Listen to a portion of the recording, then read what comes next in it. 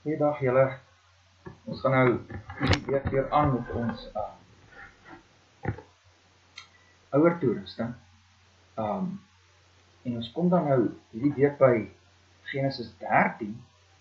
Abraham en Lot se skei van mekaar. Dit is die opskrifie daar in ons ouer van ons kateksasie handleiding by les 10.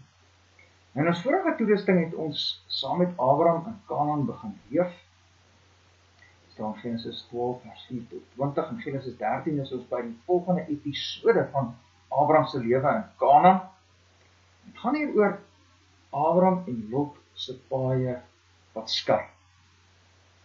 Wie op aarde is Lot nou weer? Wel, Abraham is Lot se oom.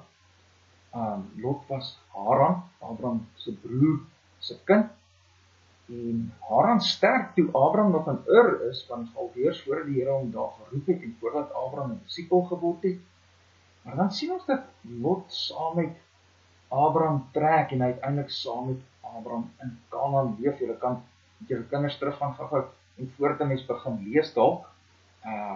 Na Genesis 11 vers 27 tot eintlik aan die einde van hoofstuk 11 en dan ook hoofstuk 12 vers 4. Daar ontmoet ons vir Lot en leer ons dan 'n bietjie meer oor Lot. Maar in ieder geval, hier in hoofstuk 13 sien ons dat Lot nog al die pad saam met Abraham in Kanaan is. En ons gaan nou fokus op in Genesis 13 op Abraham en Lot se paaie wat uiteindelik skei. Wat die Here vir ons en ons kinders hiermee wil leer. Voordat ons egter daarop ingaan, is dit vir my net weer eens belangrik en ek wil dit regtig op julle harte druk om vir ons kinders, dat dit so belangrik is dat ons vir ons kinders die groot storie elke keer moet inhammer. As jou kind nog op voorskool is en dalk hier graad 1 tot 3, dan kan 'n mens nog heel rustig net die stories losweg vertel, amper die Bybelstories, wat maar nou sê.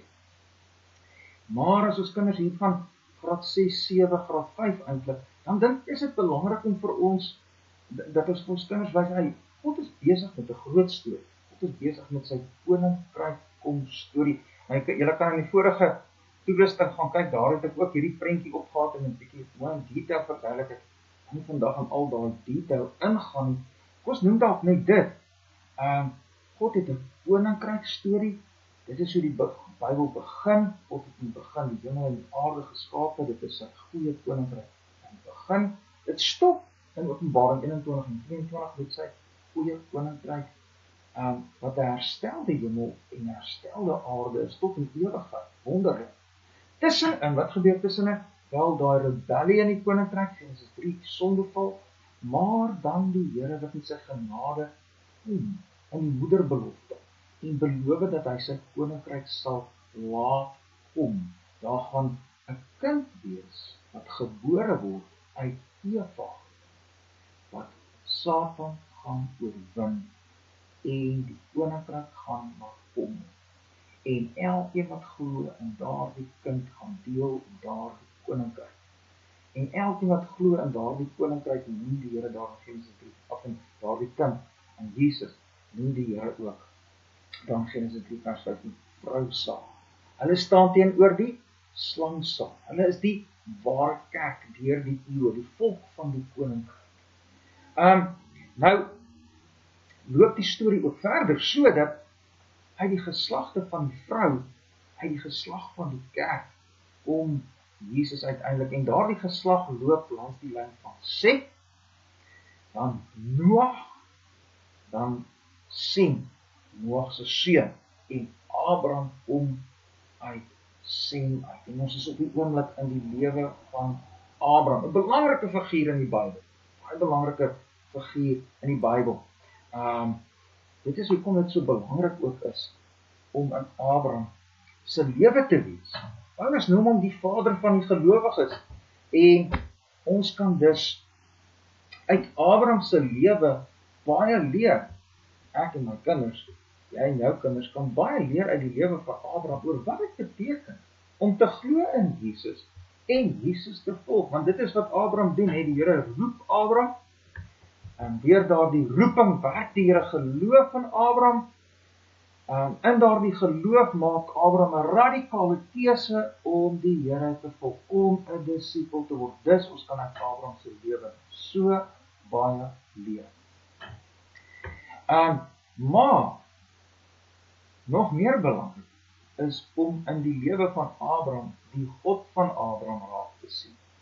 Ek en my kinders, ek en my vrou en my kinders moet al hoe meer God raak sien. Ons moet al hoe meer God leer ken. Meer as God leer ken, hoe meer wek hy daardeur ook geloof en bekering in ons op en die navolging, die radikale navolging van Jesus. Want dit is net absoluut nie moeite werd. Hoe meer jy hom leer ken, hoe meer wil jy hom volg.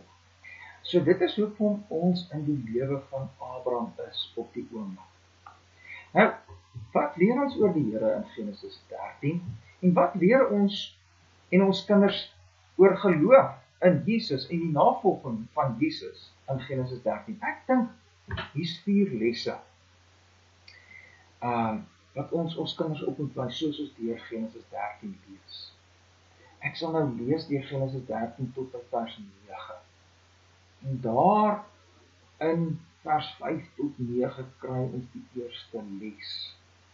Dan sal ek lees vers 10 tot 13, daar kry ons die tweede les, en die stilstaan sal by vers 13 kom, praat oor die tweede les, dan vers 14 tot 17, die derde les, en dan in vers 18 kry ons die vierde les, en vers 3 en 4 pas eintlik by vers 18. So, dit is hoe ons deur, ek dink, as ons nou met ons kinders sit, en ons lees vir hulle, dan dink ek, sou ek so lees, ek sou van vers 1 tot 9 lees, en daar stop en praat oor die eerste les, dan vers 10 tot 13, en dan by vers 13 stop en praat oor die tweede les, dan vers 14 tot 17, die derde les, en dan die vierde les kry ons in vers 18. Dis hoe ek met my kinders deur hierdie sou lees. Kom ons gaan 'n bietjie in op hierdie lesse. In die eerste les sien ons die 2 Korintiërs 5 vers 7 beginsel. Weer eens, want ons het hom al in hoofstuk 12 gesien. So hierdie 2 Korintiërs 5 vers 7 beginsel is nog ons vrek belangrik. Jy sien hom in hoofstuk 12 of sien hom hier in vers 13. Waaroor gaan 2 Korintiërs 5 vers 7 nou weer? Ons wandel nie deur aanskouing, maar deur geloof. Dit is so 'n belangrike ding vir disipels. Ons wandel nie deur aanskouing, maar deur geloof. Natuurlik, ons sien ons omstandighede, ons sien goed om ons gebeur hier in die wêreld, ons sien hoe goed met my gebeur en my vrou en my kinders gebeur, maar gaan daar nie omstandighede en dit wat ons sien, ons optrede, ons dink, ons doen, ons besluitneming, ons begeertes, ons emosies bepaal, wat we doen, maar 'n disipel moet bepaal word deur geloof in die Here. Wie die Here binne in hierdie omstandighede vir my is. Dit moet my dink, my doen, my begeer, my emosies, my besluite, alles bepaal. Ons wandel nie deur aanskouing, maar deur die geloof. Dis die eerste ding wat ons moet raak sien, en ons gaan dit veral raak sien as ons daar by vers 8 en 9 nou kom.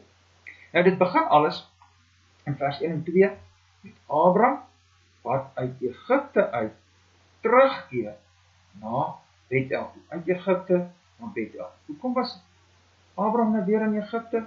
Gaan 'n bietjie terug na hoofstuk 12 toe. Vertel weer vir jou kinders, wat het daar gebeur as die hongersnood in Kanaan gewees? Abraham maak toe die blink plan om na Egipte toe te gaan. Daar's nie hongersnood nie. Daar's die Nylrivier. Hulle besproei uit die Nylrivier. So daar is binne droogte selfs ook kos, daar's nie hongersnood nie. En dis toe Abraham se blink gedagte, hy trek in Kanaan uit na Egipte toe. Maar dit was sy plan sonder die Here. Hy het gewandel deur aanskouing en nie deur die geloof nie. Wat gebeur? Groot krisis. Sarai beland in Farao se harem. Ag, wat 'n gemors. Maar dan sien ons ook die Here. Want die Here verlos Abraham ook in daardie situasie uit genade. En so kan Abraham nou weer op pad wees terug uit Egipte na Bethel. Belangrike ding, die Here is altyd vir disipels 'n God wat hulle verlos uit genade. Dis hoe dit begin het daar in Ur, waar Abraham gebly het, 'n volslae heiden, afgode gedien. Maar die Here kom in genade na Abraham toe, sonder dat Abraham dit verdien het. Die Here werk geloof in Abraham, sonder dat Abraham dit verdien het. Die Here werk bekering in Abraham, sonder dat Abraham dit verdien het. Die Here maak dat Abraham 'n radikale keuse maak vir hom. En so verlos die Here hom uit genade alleen. Hy bring uiteindelik vir Abraham Kanaan, en hy bring hom ook uit Egipte, weer terug na Kanaan. Dis vers 1 en 2. Dan vers 3 en 4 is hy in Bethel. En in Bethel bou hy weer 'n altaar en aanbid hom. Nou, ons sal net nou dieper daarop ingaan as ons by vers 18 kom. Maar wat gebeur nog? Daar in vers 5 tot 7 sien ons daar ontstaan toe 'n twis tussen Abraham se veewagters en Lot se veewagters.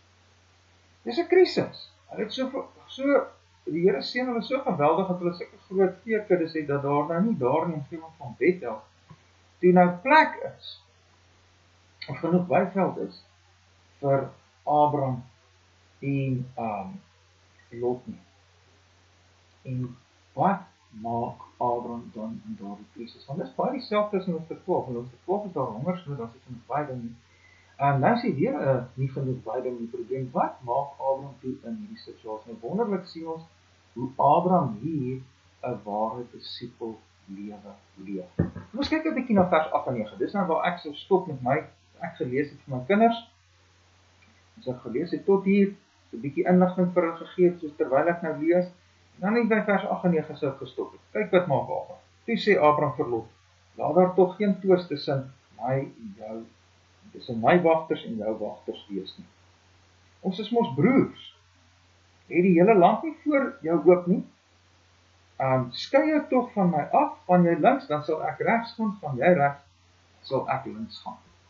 En wat ons hier by Abraham moet sien is regtig 'n disipel hier. Abraham gee vir Lot die eerste keuse. En so is Abraham besig om eintlik homself dalk te benadeel. Want Lot kan nou die beste weiplek gaan kry en wat maak Abraham dan? Maar wat ons hier moet raak sien van 'n disipel lewe is dat jy nie bekommerd is oor jou eie belang nie. Jy soek jou naaste se belang eerste. Jy stel dit voor jou belang. Jy's bereid om jouself te benadeel terwille van jou naaste se oordeel. Sien dit hier by Abraham, jy kan gerus dalk met julle kinders blaai na Filippense 2 vers 3 tot 5 of jy as ouer kan op jouself voor die tyd lees en met jou kind daaroor praat. Maar 'n disipel lewe, en ons sien dit baie mooi daar in Filippense, gaan daaroor. Soek nie my eie belang. Ek soek nie my eie voordeel in die eerste plek. Ek soek die voordeel van my naaste. Dis wat ons hier by Abraham sien. Nou vra ons, hoe op aarde kry jy dit reg? Ja, met die 2 Korintiërs 5 vers 7 beginsel. Jy wandel nie deur aanskouing. Jy sien dat dit wat jy nou gaan doen, dalk jou nadeel gaan veroorsaak. Maar jy kyk nie na dit. Jy kyk met die geloof, met jou geloofsoë na wat die Here vir jou, wie die Here vir jou is, en wat die Here vir jou beloof. En dit is wat Abraham in hierdie situasie doen. Hy moes deur die geloof teruggegaan het na Genesis 12 toe, vers 1 tot 3, vers 7, waar die Here daardie wonderlike beloftes vir hom maak, van ek sal jou seën, ek sal jou groot nasie maak, ek sal seën diegene wat jou seën, vervloek diegene wat jou vervloek, en in jou sal al die geslagte van die aarde geseën word. In hierdie land Kanaan sal ek jou gee. Luister Abraham, ek gee vir jou Jesus en ek gee vir jou die nuwe aarde. Dis inherent daai belofte. Ek gee vir jou Jesus en ek gee vir jou die nuwe aarde, Abraham. Want dis waar jy in Kanaan heen was, na die nuwe aarde, en in jou sal al die geslagte van die aarde geseën word, in jou nageslag sal geseën word. Dis Jesus. Dis wat ek jou gee, Abraham, Jesus en die nuwe aarde. Weet julle wat? Dis wat die Here ook vir my en jou gee. As ons ware disipels is, gee vir ons Jesus en hy gee vir ons die nuwe aarde. Jesus wat al ons sondes uit genade wegvat, Jesus wat ons op die smal pad lei na die nuwe aarde toe. Dis wat die Here vir ons gee. Hey, as jy dit raak sien met jou geloofsoë, dan sien jy, ek het iemand wat my voordeel soek. Sy naam is Jahwe. Sy naam is die Here. Sy naam is Jesus. Sy naam is die Heilige Gees. Hy soek my oordeel. Daarom hoef ek nie self my eie voordeel te soek nie. Ek kan die voordeel van ander mense begin soek. Want my almagtige God soek my voordeel. En hy gaan dit vir my gee. Hy gaan absoluut suksesvol wees. So, ek dink dis die eerste les wat ons hier moet raak sien. Die tweede een gaan oor vers 10 tot 13. Daar gaan dit nou oor Lot se keuse toe nou uiteindelik. En ek dink hierdie is net so belangrik vir ons.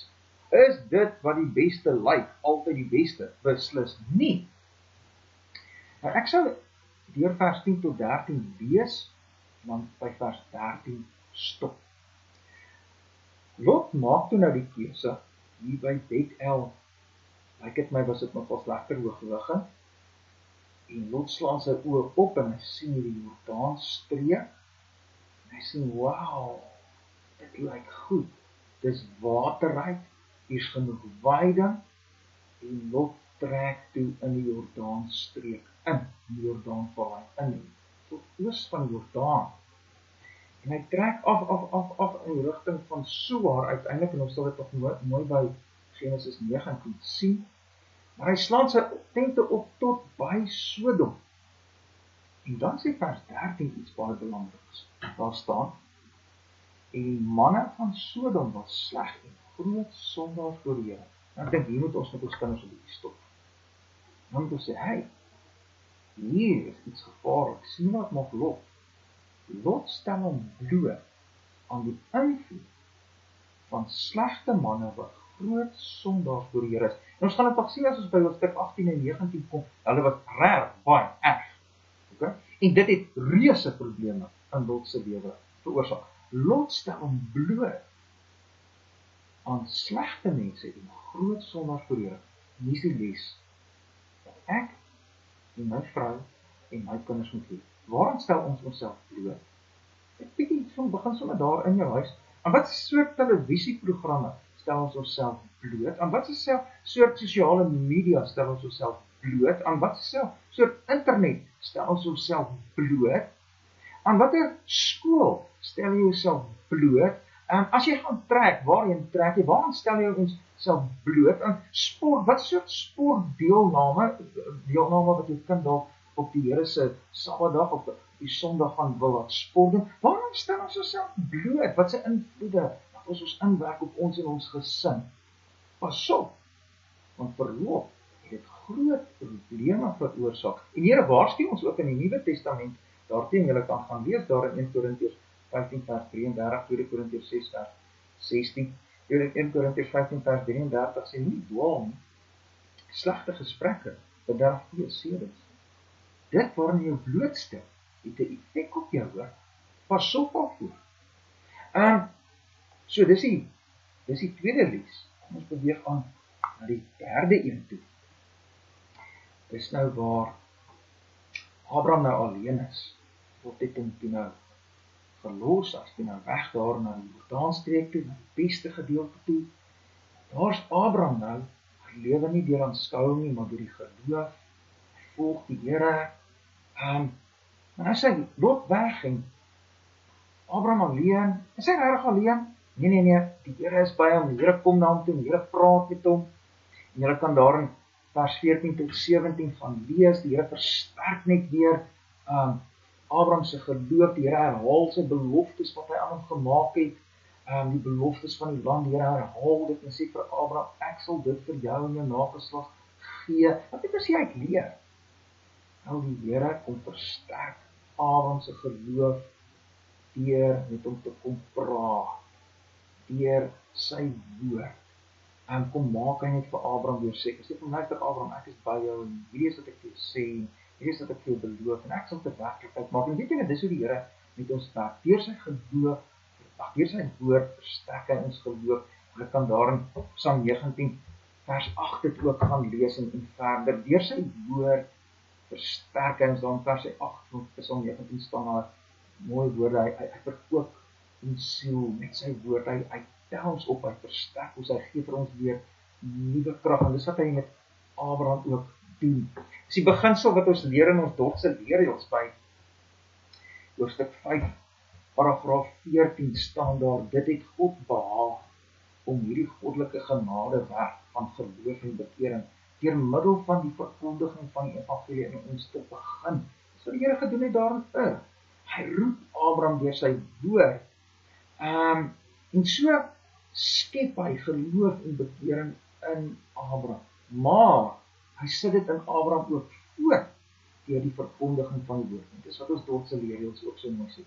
So bewaar hy dit, sit hy dit voort en voleindig hy dit deur die aanhoor, die lees en die oordeenking van die evangelie, deur die aansporing, vermaanings en die beloftes daarin. Dit is belangrik daarom dat ons kinders heeltyd ook in die woord sal wees, want so bring die Here geloof voort, so sit hy ook daardie hy bring die geloof voort, maar hy versterk ook die geloof, sit die geloof voort, hy bring dit voort en sit dit voort deur die verkondiging van die woord, en daarom moet ek as pa van jou huis altyd self in die woord wees, en ook my kinders in die woord laat lees. Ek moet hulle Bybel lees, ek moet hulle Bybelstudie toevat, ek moet hulle kerk toevat, dat hulle in die woord kan wees, want so werk die Here in my en my kinders se lewe.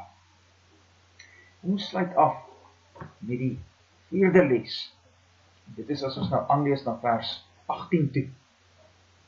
Abraham trek toe daar van Bethel af weg, en dan kom hy uiteindelik by die terpentynbome van Mamre,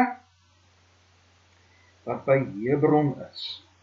By Hebron is, dit is nou so 'n end suid van Bethel, jy kan net weer gaan kyk op die kaart, en kom hy by Hebron, en wat doen hy by Hebron? Hy het daar vir die Here 'n altaar gebou. Dit is net so belangrik, het is eintlik asof hoofstuk 13 omvou word met Abraham wat altaar bou en aanbid. In vers 3 en 4 doen hy dit, hier in hoofstuk 18 doen hy dit, in hoofstuk 12 doen hy dit.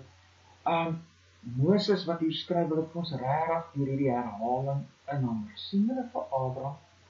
Abraham is 'n disipel, Abraham volg die Here, Abraham aanbid.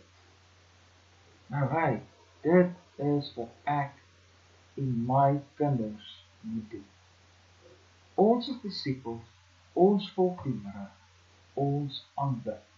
Ons is besig met huisgodsdienst. Ons is aanbidding, huisgodsdienst, erediens, mense. Dis wat ek en my huis moet doen. Nou, dis die 4 lesse wat ons hier uit hoofstuk 13 uit kan kry. Lees met julle kinders hier deur, maak hulle opgewonde oor die Here, vertel hulle van die Here. Kom ons bid vir mekaar in hierdie week, ook daarvoor. Julle moet goed gaan.